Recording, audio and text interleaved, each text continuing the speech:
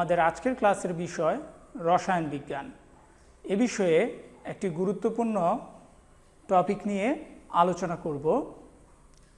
আলোচনায় আমি আছি তোমাদের সাথে মোহাম্মদ মিজানুর রহমান, প্রভাষক রসায়ন, ক্যামব্রিয়ান স্কুল অ্যান্ড কলেজ।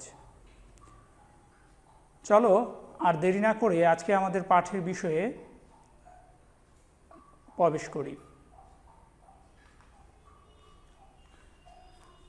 প্রথমে আমরা কিছু ছবি দেখে নিই। ছবিতে আমরা কি দেখতে পাচ্ছি? একটি সুন্দর সবুজ সমৃদ্ধ পৃথিবী, একটি রুক্ষ মরুময় পৃথিবী। একটু ভেবে দেখো তো, আমরা কোন ধরনের পৃথিবীতে বসবাস করতে চাই? কোন ধরনের পৃথিবী আমাদের জন্য বাসযোগ্য?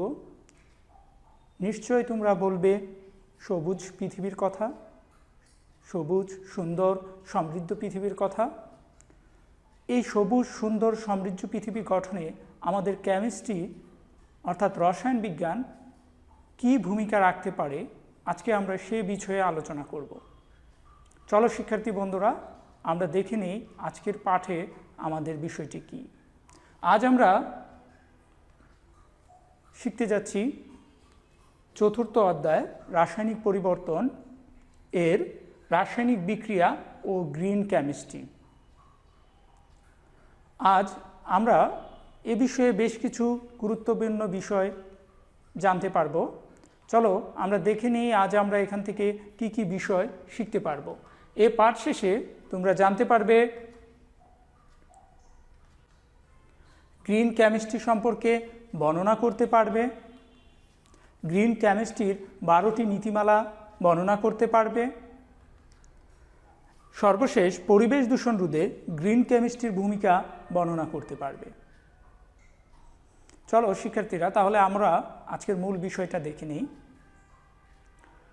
আমাদের আজকের বিষয় গ্রিন কেমিস্ট্রি।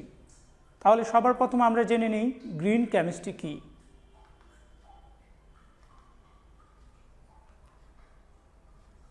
দেখো, যে রসায়ন পার্শ্ব উৎপাদ ও ঝুঁকি হ্রাস করে কম খরচে অধিকতর সহজ পদ্ধতিতে পরিবেশ বান্ধব এবং সময় উপযোগী উৎপাদ তৈরির ধারণা দেয়, তাকে আমরা বলি গ্রিন কেমিস্ট্রি। একে আমরা সংক্ষেপে এভাবে বলতে পারি, সবুজ রসায়ন হচ্ছে মূলত পরিবেশ বান্ধব রসায়ন এবং পরিবেশ বান্ধব যৌগ ও তার উৎপাদন কৌশল নিয়ে আলোচনা। অর্থাৎ আমরা এই সবুজ রসায়নে এ বিষয়টাই জানতে পারবো যে এই রসায়ন কিভাবে আমাদের রাসায়নিক বিক্রিয়াগুলোকে পরিবেশ বান্ধব প্রক্রিয়ায় সম্পূর্ণ করতে হয়। আমরা এটাও জানব কিভাবে আমরা অধিকতর সহজ পদ্ধতিতে পরিবেশ বান্ধব সময় উপযোগী উৎপাদ তৈরির ধারণা পেতে পারি। এই সবুজ রসায়ন আমাদেরকে রাসায়নিক ক্ষতিকর পদার্থের উৎপাদন ও ব্যবহারকে নিরুৎসাহিত করে। আমরা আজকে এই সবুজ রসায়ন সম্পর্কে খুব ভালো করে জেনে নেব, এর বিষয়গুলো সুন্দরভাবে আমরা দেখে নিতে পারবো। চলো সবুজ রসায়নের সম্পর্কে আমরা জেনে নিই। সবুজ রসায়ন সম্পর্কে পল অ্যানাস্তান এবং জন সি ওয়ার্নার সর্বপ্রথম 12টি নীতিমালা প্রণয়ন করেন। আজ আমরা এই 12টি নীতিমালা এক এক করে জেনে নেব। তো আমরা যদি দেখি আমাদের প্রথম নীতিমালাটা কি, রাসায়নিক বর্জ্য প্রতিরোধ। এই বিষয়টা যদি আমরা লক্ষ্য করি আমাদের বোর্ডের দিকে, রাসায়নিক বর্জ্য সৃষ্টির পর বর্জ্য ব্যবস্থাপনা বা পরিষ্কার করার চেয়ে বর্জ্য সৃষ্টির পূর্বে তা প্রতিরোধ করা। অর্থাৎ আমরা শিল্প কারখানায় এরকম কৌশল গ্রহণ করব যাতে করে ক্ষতিকর রাসায়নিক পদার্থ বর্জ্য উৎপাদন যাতে হ্রাস পায়। আর এক্ষেত্রে আমাদের এমন প্রক্রিয়াগুলো গ্রহণ করা উচিত যাতে বর্জ্য তৈরির পূর্বে, অর্থাৎ যাতে বর্জ্য তৈরি না হয় সেই বিষয়টাকে গুরুত্ব আরোপ করা। কেননা কারণ আমাদের শিল্প কারখানা এবং আমরা ল্যাবরেটরিতে যে রাসায়নিক বিক্রিয়াগুলো ব্যবহার করি, এতে করে প্রচুর পরিমাণ পার্শ্ব উৎপাদ তৈরি হয় যা পরিবেশকে দূষণ করে। তাহলে আমরা এমন পদ্ধতি গ্রহণ করব যাতে করে পরিবেশ দূষণ কমে যায়। আমরা ল্যাবরেটরিতে ও শিল্প কারখানাতে ম্যাক্রো পদ্ধতির পরিবর্তে মাইক্রো, সেমি মাইক্রো এই পদ্ধতিগুলো ব্যবহার করতে পারি। এতে করে আমাদের পরিবেশ দূষণের মাত্রাটা অনেকাংশে কমে যাবে। তাহলে আমরা আমাদের গ্রিন কেমিস্ট্রি আমাদের এটাই জানাচ্ছে যে আমরা বর্জ্য পদার্থ উৎপাদনের চেয়ে উৎপাদনের আগে তাকে হ্রাস করার চেষ্টাটা আমাদের করতে হবে। চলো এর পরবর্তী অংশটা আমরা দেখি, পরমাণু অর্থনীতির সর্বোচ্চকরণ। পরমাণুর অর্থনীতি সর্বোচ্চকরণ, এই নীতি থেকে আমরা কি জানতে পারি? এই নীতিটা মূলত হচ্ছে রাসায়নিক রূপান্তর দক্ষতার পরিমাপক। আমরা যদি একে সংজ্ঞায়িত করি, আমরা এভাবে বলতে পারি, কোনো বিক্রিয়ায় কাঙ্ক্ষিত উৎপাদের মোট পরমাণুর সংখ্যা ও বিক্রিয়কের মোট পরমাণুর সংখ্যার অনুপাতকে আমরা পরমাণু অর্থনীতি বলি। বিষয়টা আসলে কি? বিষয়টা হচ্ছে এরকম যে একটি বিক্রিয়ায় কী সংখ্যক বিক্রিয়ক কী সংখ্যায় উৎপাদে পরিণত হচ্ছে তার অনুপাতটাকে বোঝায়। অর্থাৎ এর মাধ্যমে কোনো প্রক্রিয়া কতটা পরিবেশ বান্ধব সেই বিষয়টা কিন্তু আমরা ধারণা লাভ করতে পারি। এই বিষয়টা নিয়ে আমরা আরও বিস্তারিত আলোচনায় আমাদের পাঠের পরবর্তী অংশে তোমরা দেখতে পাবে। তো আমরা এর পরবর্তী অংশটা দেখি, নিরাপদ উৎপাদ এর কথা। আমরা যদি এখানে দেখি যে উৎপাদিত রাসায়নিক পদার্থ এমন হবে যা মানুষ পরিবেশের জন্য ক্ষতিকর না হয় এবং বা কম ক্ষতিকর হয়, তাহলে আমরা এমন রাসায়নিক প্রক্রিয়াগুলো বেছে নেব যেগুলো থেকে আমাদের পরিবেশ, উদ্ভিদ, প্রাণী দূষণমুক্ত থাকবে। এমন রাসায়নিক কৌশলগুলো গ্রহণ করব যাতে করে আমাদের এই পৃথিবীটা সবুজ সমৃদ্ধ থাকে। আমরা এর পরবর্তী অংশটা দেখি, উৎপাদের বিষক্রিয়া হ্রাস। উৎপাদ পদার্থের বিষক্রিয়া হ্রাসের সময় যেন তার কার্যকারিতা অক্ষুণ্ণ থাকে। যদি কোনো শিল্প কারখানা বা ল্যাবরেটরিতে উৎপন্ন রাসায়নিক পদার্থ ক্ষতিকারক হয়, সেটা যেন নিয়ন্ত্রণের সময় আমরা যেন বিঘ্নতার সৃষ্টি না হয়। যদি বিঘ্নতার সৃষ্টি হয় তাহলে সেটা পরিবেশের জন্য ক্ষতিকারক হয়। তাই এক্ষেত্রে আমরা এমন পদ্ধতি বিবেচনা করব যাতে উৎপাদের বিষক্রিয়া অনেকটা হ্রাস পায় বা কম হয়। আমরা যদি পঞ্চম পয়েন্টটা দেখি, নিরাপদ দ্রাবক ও সহায়ক পদার্থ ব্যবহার করা। আমাদের যে সকল দ্রাবক ব্যবহার করব সেগুলো যেন আমাদের নিরাপদ দ্রাবক হয়, সহায়ক হয় এবং পরিবেশের জন্য ক্ষতিকারক না হয়। আমরা ল্যাবরেটরিতে যে ধরনের রাসায়নিক পদার্থ ব্যবহার করি এর মধ্যে উল্লেখযোগ্য হচ্ছে কার্বন টেট্রাক্লোরাইড, ক্লোরোফর্ম, বেনজিন প্রভৃতি দ্রবণ। এ সকলের পরিবর্তে আমরা যদি নিরাপদ সবুজ দ্রাবক, super critical carbon dioxide, alcohol, পানি এগুলো ব্যবহার করি তাহলে দেখতে পাবো আমাদের পরিবেশ কিন্তু অনেক ক্ষতির হাত থেকে রক্ষা পাচ্ছে। তাহলে অবশ্যই আমরা এমন রাসায়নিক কৌশল ব্যবহার করব যেখানে পরিবেশের জন্য ক্ষতিকারক কোনো দ্রাবক থাকবে না, কোনো ক্ষতিকারক সহায়ক পদার্থ থাকবে না।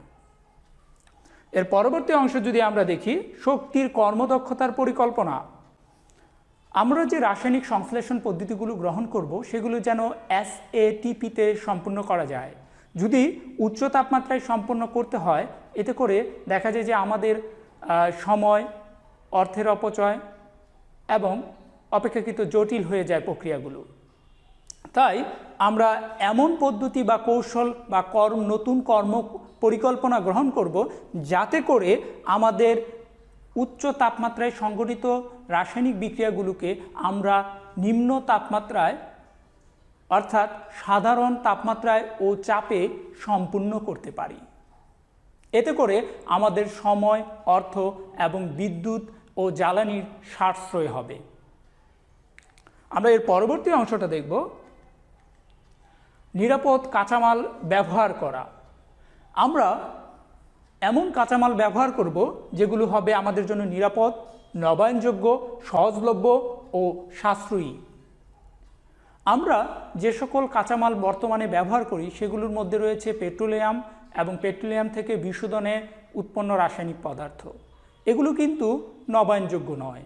তাহলে আমরা এমন জ্বালানির দিকে দৃষ্টি আরোপ করব, এমন জ্বালানি ব্যবহার করব যেটা নবায়নযোগ্য হবে, সহজলভ্য হবে এবং সাশ্রয়ী হবে।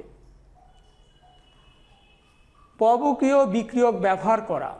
আমরা রাসায়নিক বিক্রিয়াগুলি সম্পূর্ণ করার সময় অবশ্যই এমন পবকীয় বিকারক ব্যবহার করব যারা রাসায়নিক বিক্রিয়ার গতি বৃদ্ধি করবে, সক্রিয়ণ শক্তি হ্রাস করবে, তাপমাত্রাকে কমিয়ে আনবে, অর্থাৎ কম তাপমাত্রায় বিক্রিয়াটিকে সংগঠিত হতে সাহায্য করে।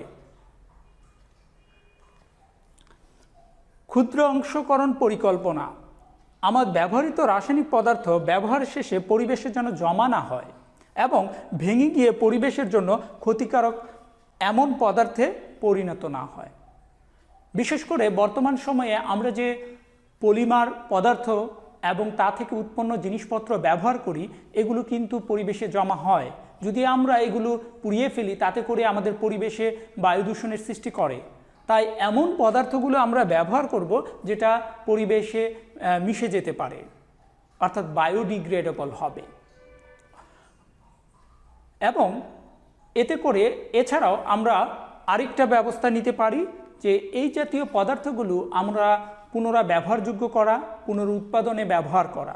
যদি আমরা এই কাজগুলো করি তাহলে আমাদের পরিবেশটা দূষণমুক্ত থাকবে। আমরা পরবর্তী অংশ দেখি। বিক্রিয়ার সময় অপ্রয়োজনীয় জাতক সৃষ্টি রোধ করা। অর্থাৎ আমাদের এক্ষেত্রে যে বিষয়টা লক্ষণীয় যে আমাদের পার্শ্ব উৎপাদ, এই উৎপাদনটা কমিয়ে আনতে হবে এবং এমন পদ্ধতির কথাই আমরা বিবেচনায় নেব যাতে করে এই উপজাতগুলো তৈরি না হয়। পরবর্তী অংশে আমরা দেখব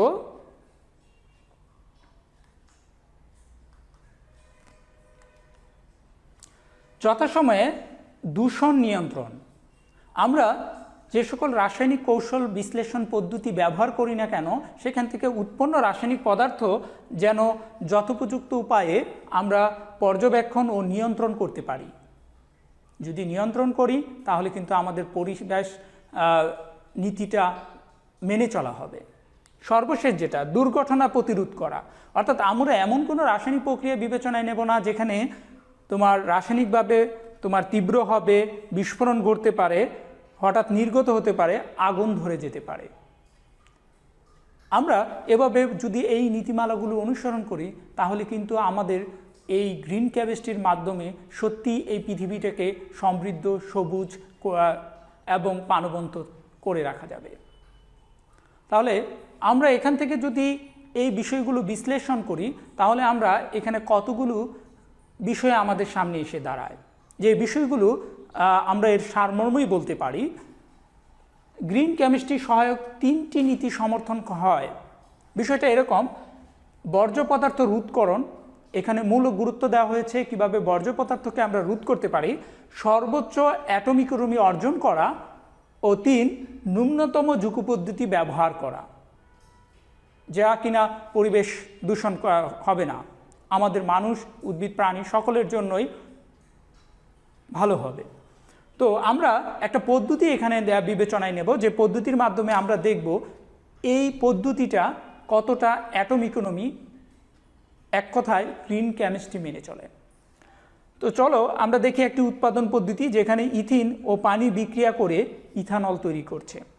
আবার আরেকটা পদ্ধতি আমরা নিলাম যেখানে ব্রোমো ইথেন ও কস্টিক সোডা পরস্পর বিক্রিয়া করে ইথানল উৎপন্ন করছে। দুটো বিক্রিয়ায় ইথানল তৈরি হচ্ছে। এখানে আমরা বিবেচনা করব কোন প্রক্রিয়াটি সর্বোচ্চ অ্যাটম ইকোনমি অর্জন করছে। তাহলে আমরা দেখো, আমাদের অ্যাটম ইকোনমি বলতে আমরা যা বুঝি কাঙ্ক্ষিত উৎপাদের সংকেতের ভর ইন্টু 100 সকল বিক্রিয়কের সংকেতের ভরের সমষ্টি। আমরা যদি দেখি প্রথম পদ্ধতির বেলায় পার্সেন্ট অ্যাটম ইকোনমি কত হয়, আমরা যদি দেখি আমাদের প্রধান উৎপাদ ছিল এখানে ইথানল ইন্টু 100 আমাদের বিক্রিয়কের ভর যেটা ছিল C2H4 প্লাস H2O। আমরা যদি এই ভরের মানটা বসাই তাহলে দেখতে পারবো এই বিক্রিয়ার অ্যাটম ইকোনমি হচ্ছে 100%। তার মানে এই বিক্রিয়ায় সর্বোচ্চ অ্যাটম ইকোনমি অর্জন হচ্ছে। একইভাবে আমরা যদি পরবর্তী পদ্ধতিটা দেখি, সেক্ষেত্রে অ্যাটম ইকোনমি যদি আমরা হিসাব করি, ইথানলের ভর into 100 by sodium by ethyl bromide ও সোডিয়াম হাইড্রোক্সাইডের ভর যদি আমরা বসাই, তাহলে দেখতে পাচ্ছি মাত্র 30.87%। তাহলে আমরা এখান থেকে বুঝতে পারলাম যে প্রথম পদ্ধতিটা অধিক অ্যাটম ইকোনমি অর্জন হচ্ছে এবং দ্বিতীয় পদ্ধতিটায় স্বল্প অ্যাটম ইকোনমি অর্জন হচ্ছে। এখন আমরা এই দুইটা পদ্ধতির মধ্যে কোনটা গ্রহণ করব? একটু ভেবে দেখো তো, আমাদের কোন পদ্ধতিটা পরিবেশ বান্ধব হবে, গ্রিন কেমিস্ট্রি নীতিমালা মেনে চলবে? তাহলে আমরা প্রথম পদ্ধতিতে দেখতেছি 100% পরিমাণে বিক্রিয়কগুলো কাঙ্ক্ষিত উৎপাদে পরিণত হচ্ছে। দ্বিতীয় পদ্ধতিতে আমরা দেখতেছি এখানে ইথানল উৎপন্ন হচ্ছে, সাথে বর্জ্য সোডিয়াম ব্রোমাইড তৈরি হচ্ছে। তাহলে এখান থেকে আমরা একটা সিদ্ধান্ত নিতে পারি, দেখো, যেহেতু দ্বিতীয় পদ্ধতিতে বর্জ্য পদার্থ তৈরি হচ্ছে, তাহলে আমরা বলতে পারি প্রথম পদ্ধতিটা অপেক্ষাকৃত গ্রিনার পদ্ধতি। তাহলে আমাদের শিল্প রাসায়নিক কারখানায় উৎপাদনের ক্ষেত্রে এরকম আমরা যে পদ্ধতিগুলো সর্বোচ্চ অ্যাটম ইকোনমি অর্জন করে, সেই পদ্ধতিগুলোই আমাদের গ্রহণ করা উচিত।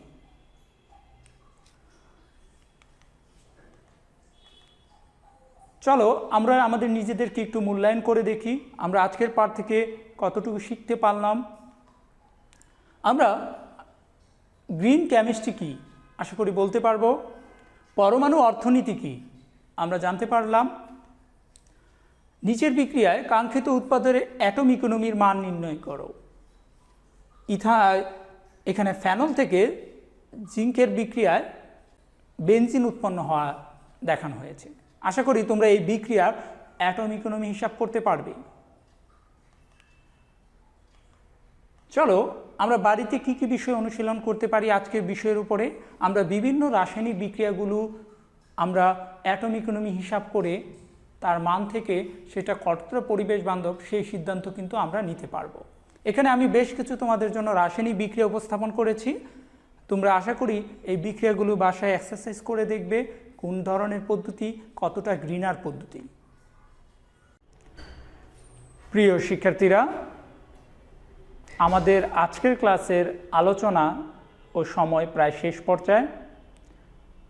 আশা করি আজকের ক্লাস থেকে তোমরা উপকৃত হতে পেরেছ। আগামী ক্লাসে আরেকটি নতুন বিষয় নিয়ে তোমাদের সামনে হাজির হব। সে পর্যন্ত তোমরা ভালো থাকো, সুস্থ থাকো, নিরাপদ থাকো। আল্লাহ হাফেজ।